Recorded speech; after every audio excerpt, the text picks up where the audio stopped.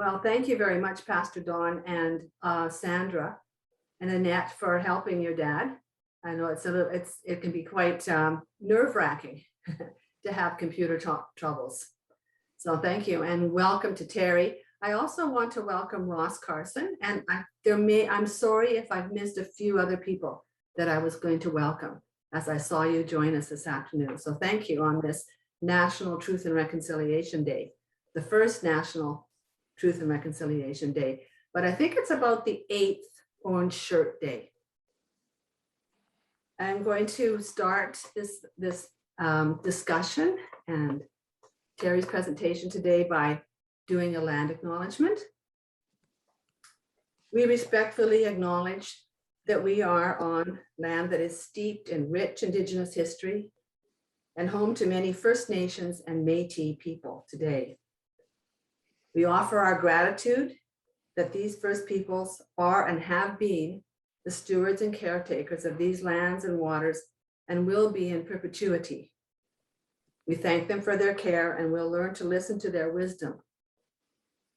May we move forward in learning truth, peace, and reconciliation as we listen to demands to restore their inherent right to self-government through historical treaty agreements. I'm going to go on to a poem. This poem is by Rita Joe. I lost my talk. I lost my talk, the talk you took away when I was a little girl at Tuberculosis school. You snatched it away. I speak like you, I think like you, I create like you. The scrambled ballad about my world. Two ways I talk. Both ways I say, your way is more powerful. So gently I offer my hand and ask, let me find my talk so I can teach you about me. Rita Joe, née Rita Bernard, poet, born at Waikokoma, Nova Scotia, the 15th of March, 1932, and died at Sydney, Nova Scotia in March of 2007, was born and spent her childhood on a Mi'kmaq reserve at Waikokoma on Cape Breton Island. She lived with foster families after her mother's death when she was just 5 years old. Orphaned when she was 10, Rita Joe left the island at the age of 12 to go to the Shubenacadie Indian Residential School on mainland Nova Scotia. Rita Joe later returned to Cape Breton to live on the Eskasoni First Nations Reserve, where she and her husband raised 10 children, including 2 adopted sons. Rita Joe recalled being told constantly at the residential school, "You're no good." She began writing herself to challenge such negative messages, which she encountered again as an adult. In the books her own children were reading, in the prologue to her memoir, Rita Joe states, "My greatest wish is that there will be more writing from my people and that our children will read it. I have said again and again that our history would be different if it had been expressed by us." Today, we're going to be hearing from Terry Hutchings, who attended a residential school in Saskatchewan as a child. And so I'll go ahead now for Terry, and I think maybe perhaps with the help of Sandy. Thank you. For his daughter to hear and his grandchildren to hear. So thank you. Go ahead.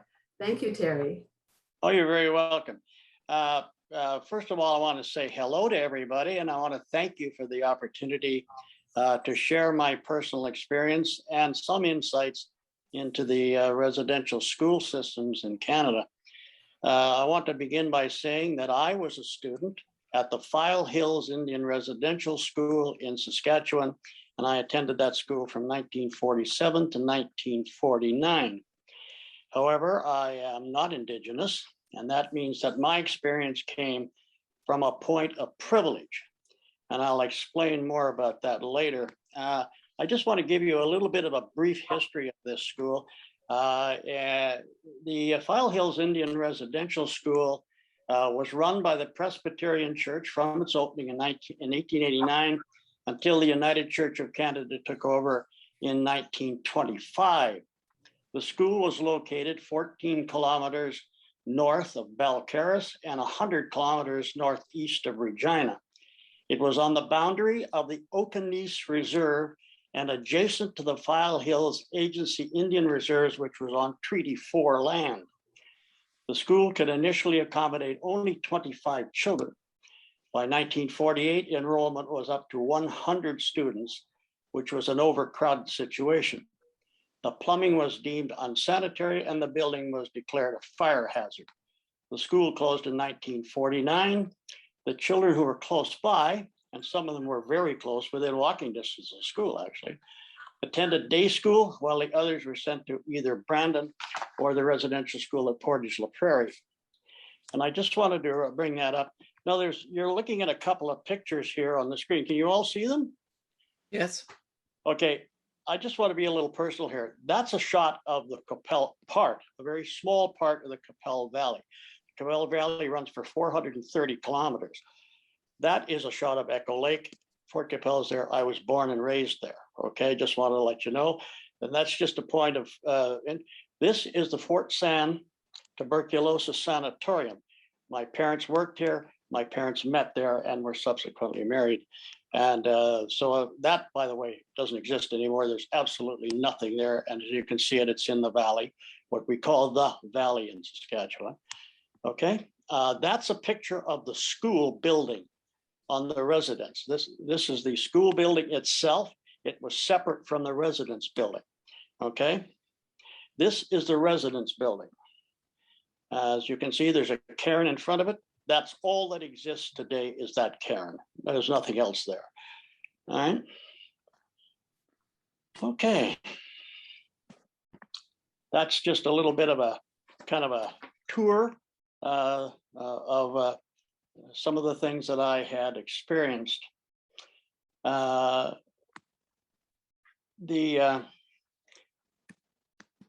Just to let you know, attendance, for example, attendance at the Indian residential school system was mandatory for Indigenous children from 1894 to 1947. Residential schools were funded by the federal government, and they were largely administered by Christian churches across Canada. Of course, today we know that this was an oppressive and culturally abusive system. And we have heard about the physical and the sexual abuses that occurred in some of these schools. My school was operated, as I've already stated, by the United Church of Canada. And that was from 1925 until it closed on the 30th of June in 1949. Which I'm going to tell you in a minute. I'm going to share 3 stories with you that I hope will illustrate what life was like for the children at these schools. At the beginning, I said I was coming from a point of privilege. So let me for a minute just expand on that. You may wonder how I came to attend this school. Well, my dad was hired. My father was hired by the federal government to provide farm instructions and run the farm on the school property. As he had grown up in a family and he had learned to speak Cree. And my grandmother, Violet, his mother, spoke both Cree and Lakota. My father also had playmates and chums that were Cree children as he was growing up. So he learned their language from them. He was not totally fluent in the language, but he was good enough that he could carry on a conversation with them. Now, at the time he took the job, prairie farmers were still feeling the impacts of the Great Depression and the legacy of the Dust Bowl, which brought about it the drought, and the World War II had just ended. It was hard to earn a living, so when he was offered this position, he needed to take it simply to feed his family. As a non-Indigenous student, I was very privileged. First of all, I was able to go home after school. I was able to eat my meals with my family. I learned and operated in my language and with the cultural nuances that I was raised in. And of course, I got to sleep in my own bed at night, surrounded by my brothers and my parents. My parents were very well respected and were friends with the Indigenous community, and were often invited to their homes and to their ceremonies, such as powwows. I want to share with you the first story. This is my first story. This was a story that my mother told to me. And I know that some of you heard these stories before, but I think, due to what's going on today and the recognition of what went on in some of these schools, I think these stories are actually worth repeating. So here we go. My mother shared a story with me when I got older that at one of the powwows, Mrs. Stonechild approached my mother and she asked her if she thought her boy, that was me, was better than her boys. And my mother, of course, answered. And she said, but she was a bit unsure how to answer that question at first, and except to say no, that she didn't think that. And then Mrs. Stonechild asked, why then can your boy go home at night and mine cannot? And my mother simply could not defend that and didn't even try to defend it, other than to, I think, mumble something about what she didn't make the rules or something like that. Another story that was told to me by my dad, and this was on a cold winter day in January. And if anybody's ever been in Saskatchewan in January, you know how bloody cold it can get. And my dad and Mr. Wilderman were working on the farm with several of the older boys. And about mid-morning, the matron called out that tea and sandwiches were being served in the dining room. My dad brought the boys with him for something to eat, but the matron stopped them at the door and said the boys were not allowed to come in. My dad said to her that if they were good enough to help him with the farm chores, they were bloody well good enough to sit down to eat with them. And he persisted, and he finally won out, and the boys were able to come inside the dining room. The last story I want to share with you speaks to the way the Indigenous children were made to abandon their traditions and to be quote unquote Canadianized. The students at this school were not permitted to speak their language or wear their traditional clothing or practice their own spiritual ceremonies on school property. And that had many consequences that were both immediate and long lasting. The school supplied clothing and uniforms to the Indigenous children. Now, I got to wear whatever my mother dressed me in, and she ordered all of my clothing and our family's clothing from the Eaton's catalog. The first year I attended the school, my mom observed that the Indigenous children, excuse me, I'm sorry, this is.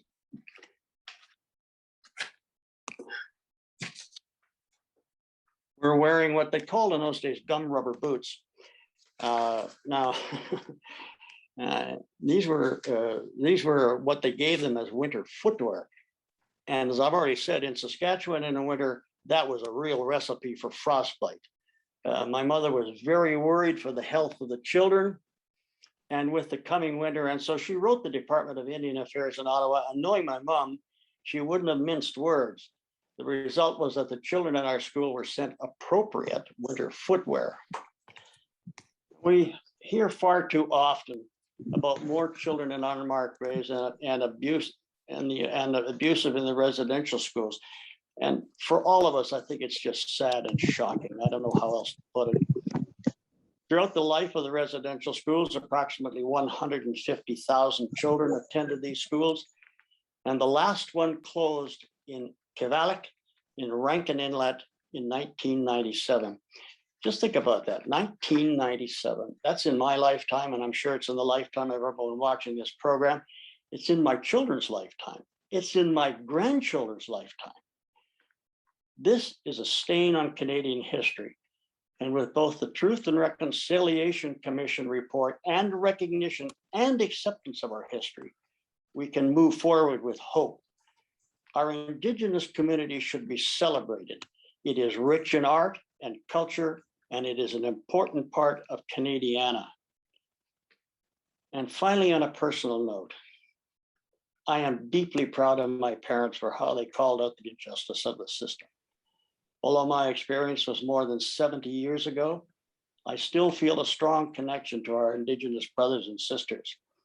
And I hope and pray for the day when we can see true and meaningful reconciliation in our country.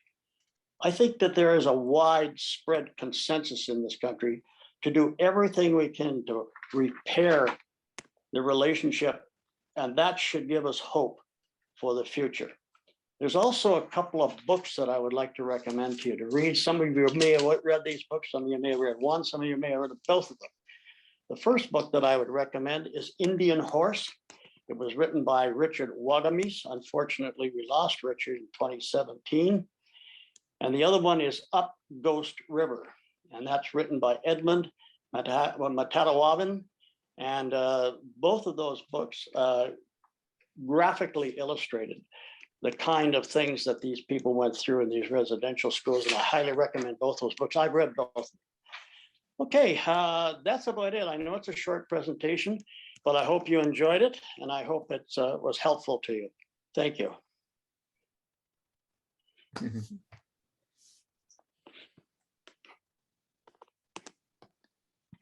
Thank you, Terry.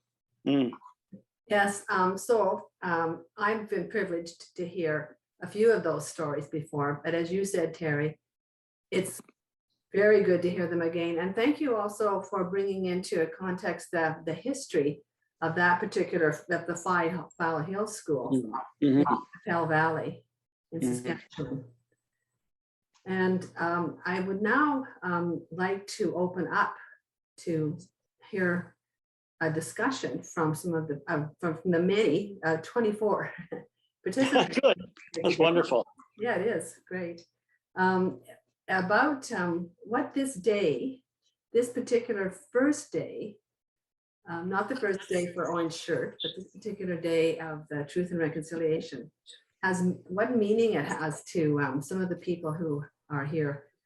For me, I'll speak first, and that I was born and raised in Canada, so you know I've conceivably would know something about our Indigenous relations, but it really has been a learning curve, and it's been since around say 2012 when the Global Justice Team started to really look into doing more into relationships, and we had the first blanket exercise, the Kairos blanket exercise at Holy Cross Lutheran Church. And and continuing on learning, Terry and I were fortunate to go in 2015 in June, at the end of May in 2015 to Ottawa for a Kairos conference, and then be able to march in the Reconciliation March. This was on Sunday in Ottawa. Yeah, that was wonderful. Yeah. So I open it up to people who may want to join in. Maybe Terry, you would like to go first and talk more about what's happened with you in the years after 1949. Well, you know, it's funny. It's funny when you're a child. When you're a child, you don't think of these things. I mean, I went to school. These were kids that were in the school with me. You know, these are kids I played with. These were kids I ran around. They were just kids.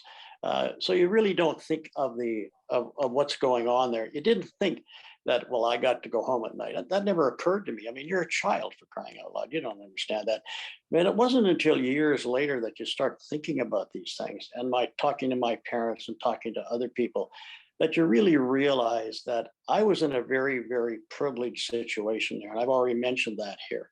And I think that that's something that we all need to understand, is that we are very privileged, you know, and all of us, non-Indigenous people, we need to recognize our privilege sometimes, and we need to, try and do everything we can do to repair this relationship. As I've said, they have a very rich history. They have a very rich tradition. They have their own spirituality, their own religious practices, their own clothing, their own ceremonies, their own dances, their own I mean, they basically have their own traditions, and we try to wipe that out. And that's inexcusable. We need to embrace that And we need to, we can apologize so often, but I think apologies are fine to a certain point, but then you got to do something, you got to take action, and I think that's what I was kind of thinking about this day, is that what are we going to do? How are we going to approach this in the future? What are we going to do? Yeah. I open it up to other people now to be able to join in.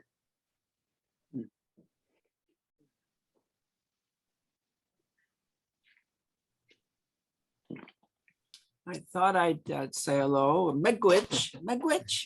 Is that the, Yeah, it is. Yeah. is that the, thank you, Terry. It makes me think that I don't know Cree at all. I don't know Lakota at all. Good for your mom to speak Lakota. It was my grandmother. My grandmother. Yeah. Yeah. Saskatchewan is an important place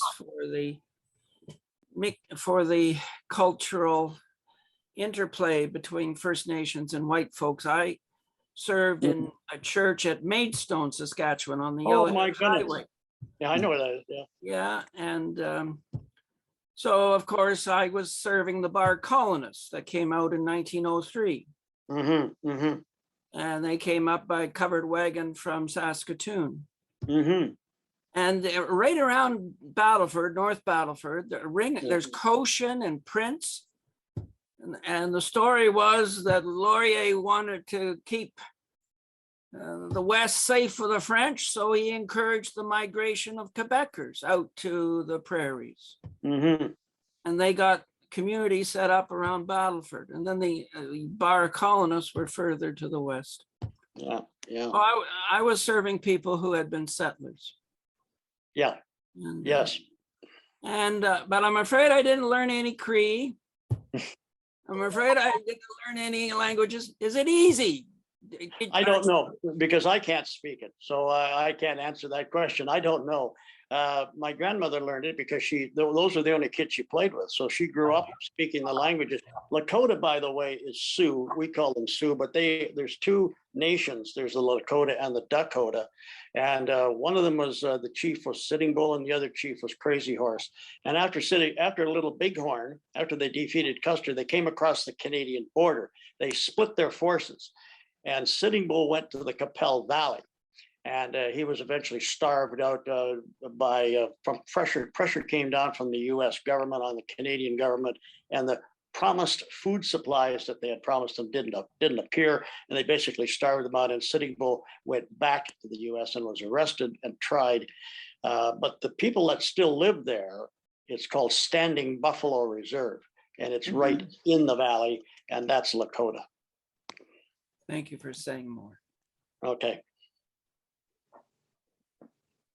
My experience with my experience with First Nations is when we were living in Sudbury, we were asked to look after a child by the CAS who was waiting to go to an Indian residential school. She was part of the scoop. Her brother had already gone, but she was 5 and not quite old enough. So we had Marianne for about 9 months before she went to school. And I've always had a bit of a guilty conscience, wondering how she made out and whether she lived or died and whatever happened to her. She was a very difficult child to foster naturally enough. She'd already been to about 7 foster homes. Nobody could keep tabs on her, and she'd obviously been beaten so badly on the back, and she hardly spoke a word. She by then was already losing her sense of self, and it was very sad. And then about a year later, we were asked to look after 2 teenagers who had been, I guess, dismissed from the school for bad behavior. And we were supposed to let them stay with us so they could attend a local high school for the last 9 months of the year. But I'm afraid they were stealing and doing all kinds of things, which at the rectory we just couldn't handle. So we had to relinquish them. So I have feelings of sort of being personally involved and wondering what else I could have done. But I know that we did the best that we thought we could at the time. And so looking back on those experiences, I'm in a sense happy that I had the opportunity to get to know a little bit about what it was really like. And in that part of Saskatchewan, there were many, many reserves. And as a social worker years later, I worked a lot on them with AIDS, Saskatoon. So I got to know a lot of the chiefs and the tribes, and many of the people were very hospitable, invited me into their homes as I was working with them. That's my experience. Barb, I'd just like to, oh, sorry, no, go ahead. Sorry, go ahead. it's Susan, here. I just wanted to say, Terry, because we're fellow Saskatchewanians, that Catherine and I saw a really good National Film Board production yesterday called Second Stories. It Had to Be Done. And it was about 2008, about the Quebec Indian Residential School in Le Bret, and that's so close to Fort Capel. I still have an uncle living in Le Bret. And it's about two women, Indigenous women, narrate the story of their life. It's a really wonderful production. Yeah, They're feisty, no holds barred about what happened to that residential school. And they attended it, they tell their story, and then they actually go back and work there. So thank you. When we took Phyllis home last year, my wife home last year, to be interred in her family plot, we went out to the valley, and I asked one of the people there in Fort Capel if the residential school in Le Bret was still there. It's not, but the big Catholic cathedral's still there. And this is a little town. What's the population of Le Bret? Maybe 200 people or something. I don't know. But there's a massive Catholic, you know the one. And there used to be a convent there. I don't know if the convent's still there or not, or whether that's gone as well. I have no idea, because it's been a long time since I've been there. But we didn't get to go over there. That's what I'm trying to say. But yeah, you're right. There was a residential school in Le Bret. Yes. Yeah. And to my chagrin, when I was helping to teach Sunday school at Wesley United Church, we took a bunch of kids up to do the Stations of the Cross, and nobody asked anything about what was that big building there. Yeah, residential school. Well, you did this. Yeah. Well, people who've never been there don't know what we're talking about, but there is, on the hillside, just outside of Le Bret, just across the highway, actually, is the Stations of the Cross. As you climb the hills in the valley, the Stations of the Cross are all up in there. And people, you and I know because we've been there, but just to let people know that that's what's there. Yeah. Was that on Christmas that you went there, Susan? No, we did this in the summertime, years and years and years ago. Wouldn't want to do it. Just pointing you back to this National Film Board thing. If anybody wants, just Google it. It's called Second Stories. It Had to Be Done, and it explains the whole thing. And It's called Second Stories. It Had to Be Done. I'll email you. And it was produced by the NFB in 2008. And I just wanted to add something else about this documentary. It's only about 25 minutes long. What was so beautiful about it was these two women who had spent their whole childhood in this school, going back and working there. And one of them had worked there for 32 years. But when she was a child, she kept telling herself, I'm coming back here someday and I'm going to change some of the things that I see that are wrong here. And when she went back there to work, she did change things. She stood up to the nuns and the priests, and she challenged them on things. She even threatened to go to Health Canada to report them about the poor quality of the food. And things did change, and both of them did that. So they have this wonderful feeling of having suffered terribly, but having done something to make things better for the children who came after them. So it's hard to watch, but it's also very, very inspiring.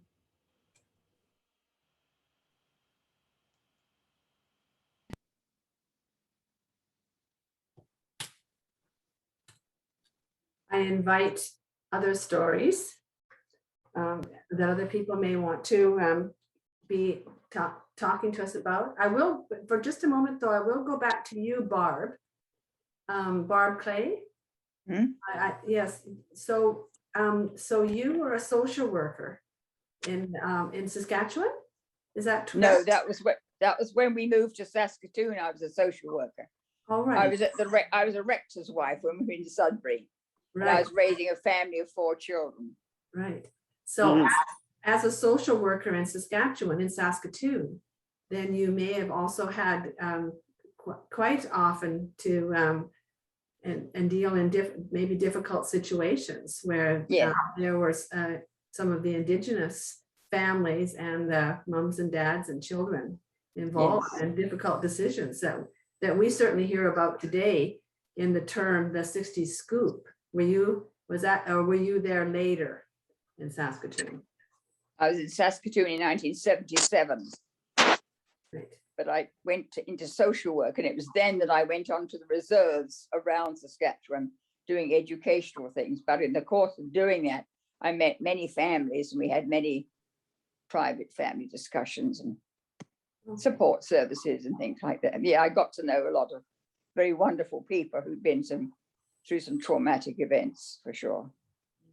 Yes. So I really enjoyed reading the book that Canada reads, 5 Little Indians. It's on the national read, and everybody should be reading that this year, because it describes the 5 different ways that 5 children experience the residential schools and how they did or didn't survive.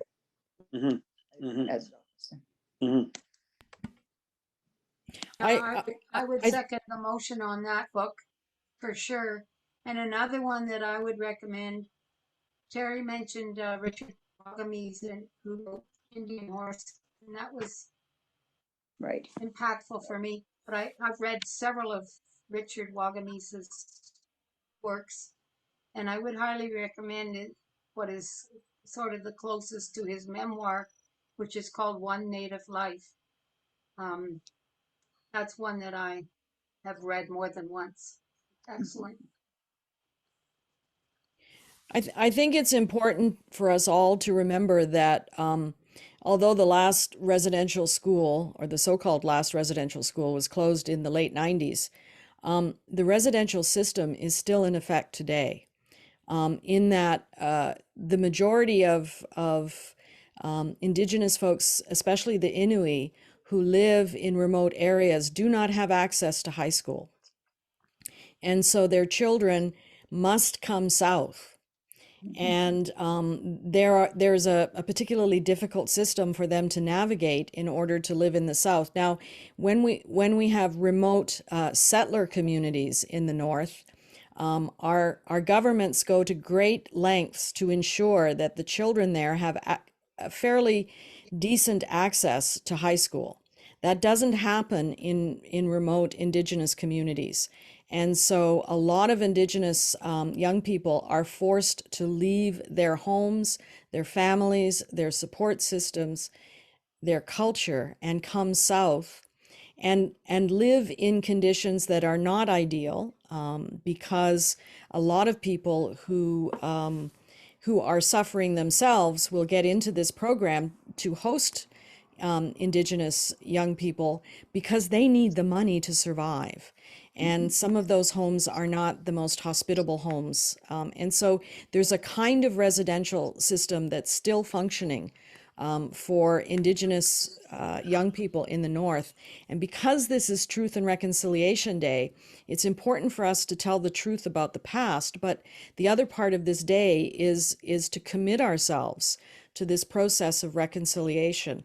And so I think it's vital to hear the stories so that they can motivate us in our own efforts as settlers to participate in this ongoing process of reconciliation and to lobby governments to change the way the systems are currently working. Yes, Pastor Dawn, and if you consider the horrendous kind of stories that have been in the news for about 10 years from Thunder Bay, where that again would be offering the school.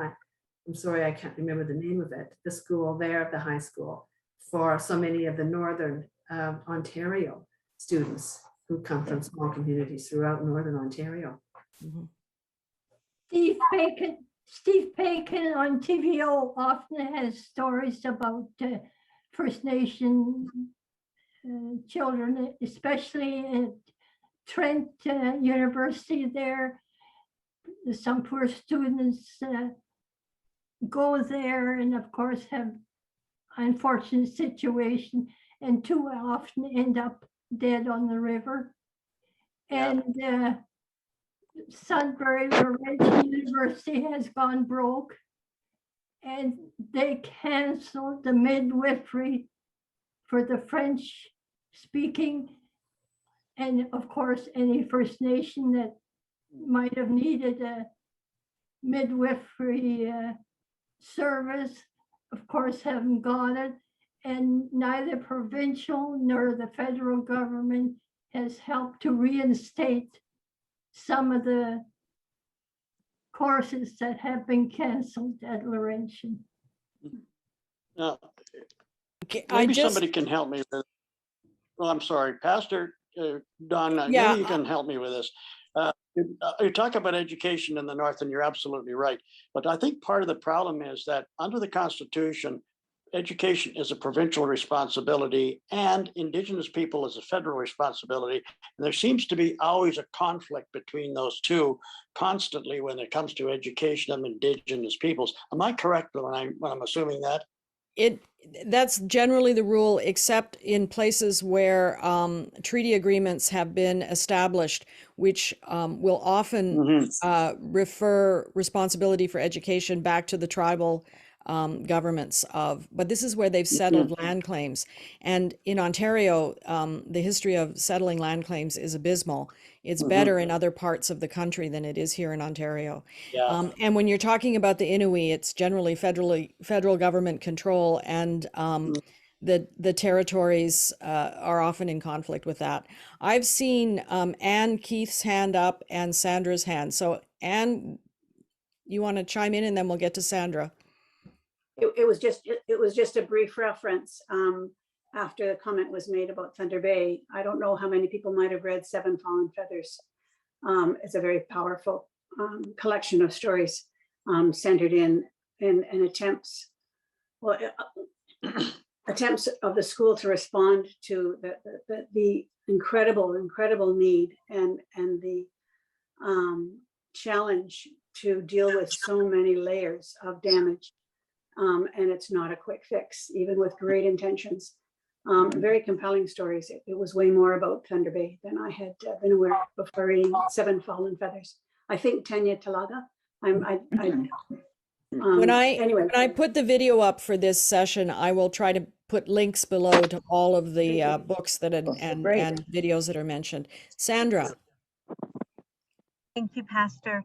I just wanted to say thank you to Barb for sharing her story from being a social worker. I thought that was excellent. I've heard all of my dad's stories. I heard them from him and I heard them from my grandparents. So they were obviously very, very familiar to me.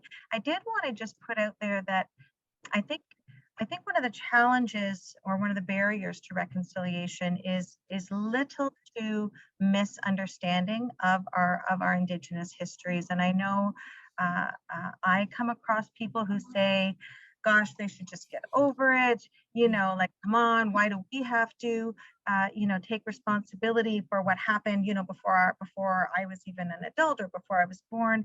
And I think until we really have a widespread education and until that is layered into our curriculums and in our school systems, that history is really well understood, it's going to continue to be a barrier to full reconciliation because people just don't have enough of an understanding of really what's happening. And I also just want to say, just to add to the book list, same author as Indian Horse, but Embers is a beautiful poetry book, one of my favorites.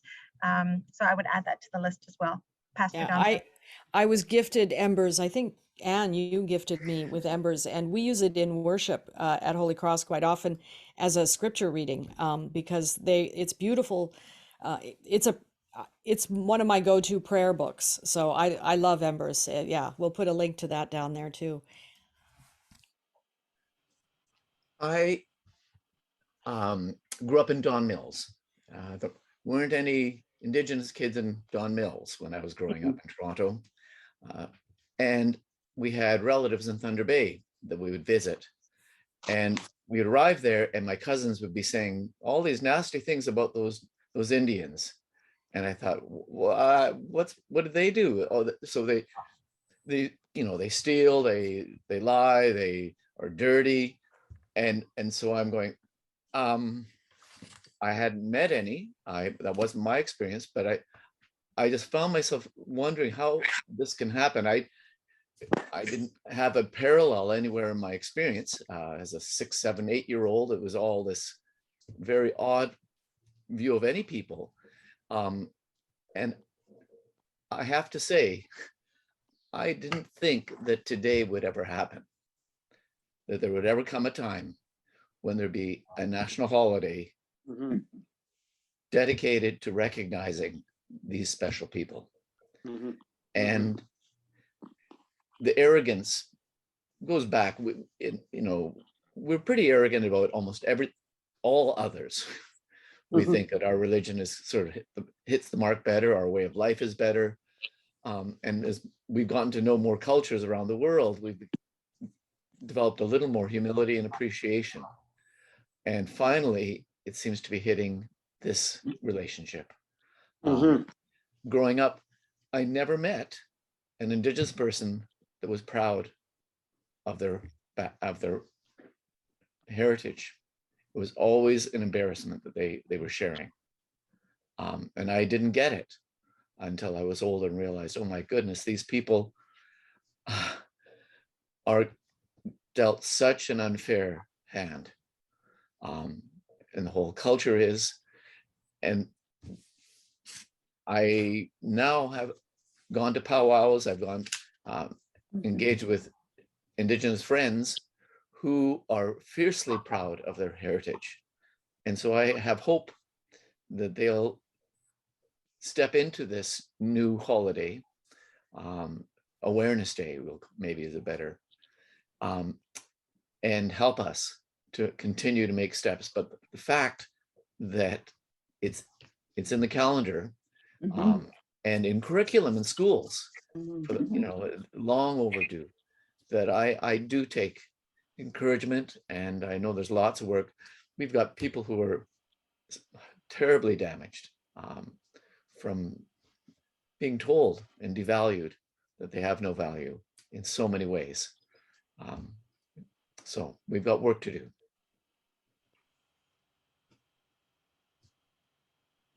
One of my dearest friends who I worked with on Project North in British Columbia a long time ago would always caution those of us who were advocates working with Indigenous people that we needed to remember that not all Indigenous people are damaged goods. That they are very proud of the work that Indigenous people and the contributions that Indigenous people make to our culture, and to remind us that they have great doctors, great lawyers, architects, all the professional fields have Indigenous representatives within them, and that one of the problems with the current movement is that we tend to think that it's our work to do, which it is, but our first job is to be quiet and listen, and so that's a hard one for those of us who are used to being on the forefront of the protesting and the marching and doing all of that kind of stuff, but also to recognize the wisdom tradition within the different Indigenous cultures, and the different First Nations in this land. And so, you know, a simple little thing. I was so glad, Ross, that you asked about Miigwech. It's something that is quite common on the prairies and in Ontario, but it doesn't mean anything in other parts of the country. And very often we think we've learned something because we've learned about local Indigenous communities, which bear no resemblance. It's like saying, I know Europe because I know a French person, but you know nothing about Scandinavia. It's that different across the country. And so I think one of the hope-filled signs going forward in this process of reconciliation are all the wonderful things we are going to learn about the different communities in this country that we all love. And so that's an exciting prospect. And I don't know if any of you had an opportunity this morning. I'm sure they'll replay some of it tonight. When Carol and I were having an early lunch, we were watching the events on Parliament Hill this morning, and just the rich culture there. But there's also events happening in Victoria. There's events happening in Newfoundland, in the Maritimes, and they all have a different flavor. And so just to be humble and also mindful of our language when we talk about Indigenous nations, because you know it's we all are eager to learn how to respond in respectful ways, and so we learn a piece and we think that it applies across the country, and it doesn't. And so I think one of the things that I learned from Shirley was to do exactly what Ross modeled for us here, is to ask the question, how do I say thank you, or how do I say welcome, or how do I say thank you for welcoming me, or how do I say things? And so learning the language is not something that most of us settlers are good at, especially the English settlers. Most of us aren't even fluent in French, let alone watching our new Governor General trying to speak French this morning was well, she speaks Inuit, she speaks English, she speaks 3 other First Nations languages, and she's learning French. It's a great example for us to learn how to communicate with others in respectful ways. Well, you know, can you hear me, Pastor? Yes, indeed. You make such wonderful points here. I mean, just look at our country, us. I mean, how different are people from Newfoundland to people in British Columbia? They have their own culture. Of course, we have the wonderful French culture in Quebec, which is totally different than anything else you find in Canada. And we have a rich traditions right across the country. So the Indigenous people are exactly the same. Their cultures vary all over the country. You know, there's differences, there's nuances, there's different traditions, and we need to realize that. I think you're right. There are also some very successful reserves, by the way, that are very successful. We tend to, they don't make the news, of course. We tend to hear about Atawafaskat and Pakanchaquin and places like that, which are in pretty desperate shape. But we don't hear about the others that are quite successful, you know.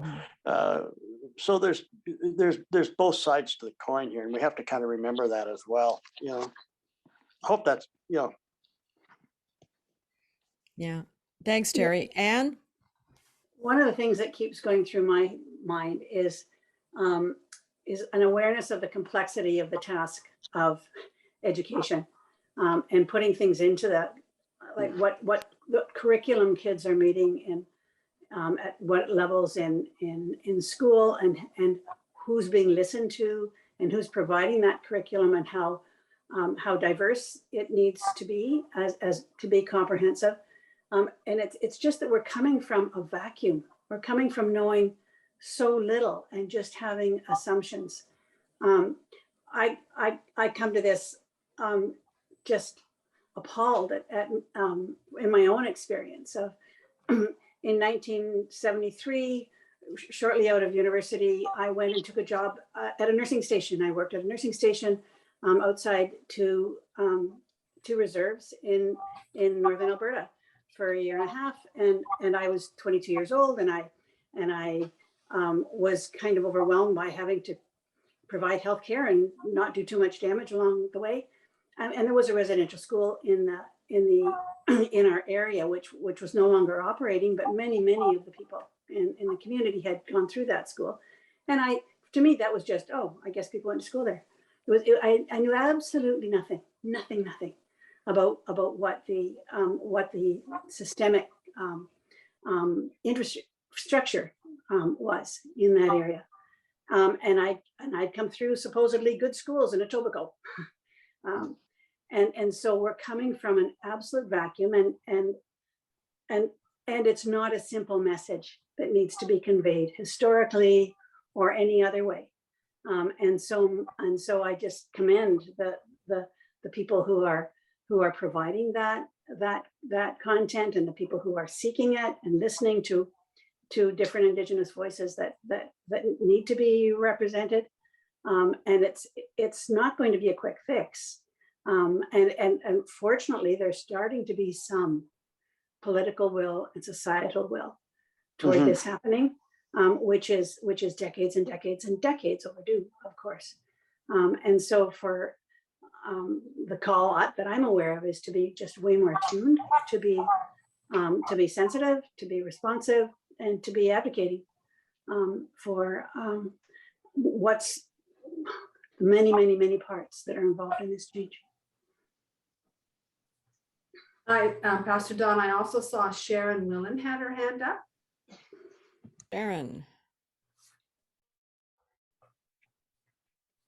Sharon, can you unmute yourself? Maybe she didn't have her hand up. I did. I muted myself, which is good. Okay, thanks, Sharon. Okay, just want to say I taught in Thunder Bay back in the late 60s and 70s. And I did teach some, very few, Indigenous students who were not, as you say, Pastor Don, like damaged goods. These children were amazing. But I didn't know until I read Seven Fallen Feathers, the horrible racist mentality that was there. I did not see it. I do want to say that I got an email this morning from a friend of mine whose son works in Thunder Bay. And he said St. Patrick's High School there handed every single student an orange shirt today or yesterday. But the other thing that I found so encouraging, and it sort of goes along with what Anne was saying about education and curriculum, is that they've taken out Shakespeare and put in Indigenous literature, poetry, art, dance in that particular. I don't know if it's cross Thunder Bay or just that school, but it's a small step, but it's certainly hopeful. Okay. Neil, I see your hand up there. This is, if I were superstitious, a bizarre coincidence. 10 minutes ago, our phone rang, so I got it quickly, it's whatever. It's a cousin of mine. I've seen her once in 3 years. We both were in my older brother's wedding party, and we both grew up near Cayuga, Ontario, not far from Six Nations. And the time I saw her, I said, I would like to have some contacts there because I need to know about Six Nations. Well, she called and she told me her first name and I didn't know who she was. She said she remembered I had asked. And so she said, do you want it now? My son-in-law is a doctor and works in Six Nations. And my daughter's closest friend is a principal in Brantford, right next. And she said, do you want the names now? And I said, well, wait a minute. The other couple we want to go with, but out of the blue, I've seen her once in 3 years, and she's remembered and called me today around this. That was whatever. Well, now you'll be our contact with the Six Nations.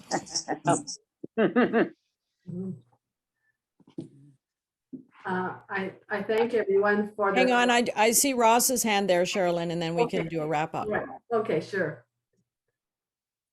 Well, I should be quiet if you're going to do a wrap. No, go for it, Ross. Oh, you go ahead. Well, I was wanting to express that I have to leave the call shortly, so I'll stay now to the end. But I'm very grateful to learn about the Five Hill Residential School through Terry's presentation here today.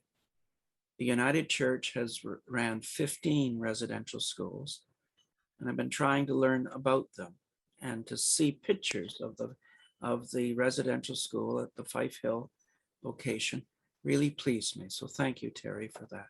You're welcome. And just to say that the United Church Education and Retreat Center at Five Oaks is adjacent to the Six Nations Reserve. And the governance of the board of directors includes leadership of from the Six Nations folks. And also there's now an employee of Native person on staff at Five Oaks. So I'm very grateful for this engagement that we're experiencing at this point in time. Thank you for allowing me to join. Thanks, Ross. Good to have you with us. Sherilyn? Thank you. But Terry, do you have some words that you would like to finish up with? I would just like to say that I think, the fact that we are now recognizing the legacy of these schools, that we now know the history, most of us do anyway, and we now know that we can go forward. Human progress is sometimes taken in baby steps, but you have to know the truth first. And we know the truth about these schools. And now that allows us, I think, to go forward with hope for the future. That's it. Thank you. Oh, thanks, Terry. And I would like to thank Pastor Don and the worship team of Holy Cross Lutheran for doing the presentation, the video on the 7 teachings that was on to 7 grandfather teachings that I viewed this morning. And as Pastor Don pointed out about humility, I think that's really, really important for us settlers to keep in mind as we go forward, that we need to remain humble. We need to remain not paternalistic and thinking that we can put forward solutions as we go forward in relationships, in reconciliation, and as you said, Terry, in coming to the hard realizations of the truth. So, yes. So I respect everyone's time too. And by the way, there also is a celebration this afternoon in Newmarket at Fairy Lake. And I think it's at 4 o'clock. And also, Pastor Don, thank you for we did have a lot of resources today too. A lot of books and NFB and films that we will be able to watch to continue in our learning journey. So thank you very much. Thank you, Pastor Don, for hosting us. And thanks to Sandy. Hey, Sandy. Thank you, Sandy. Yes. Peace, everyone. Peace. Peace be with you. Peace. Peace indeed. Yes, thank you. Goodbye, everyone. Goodbye.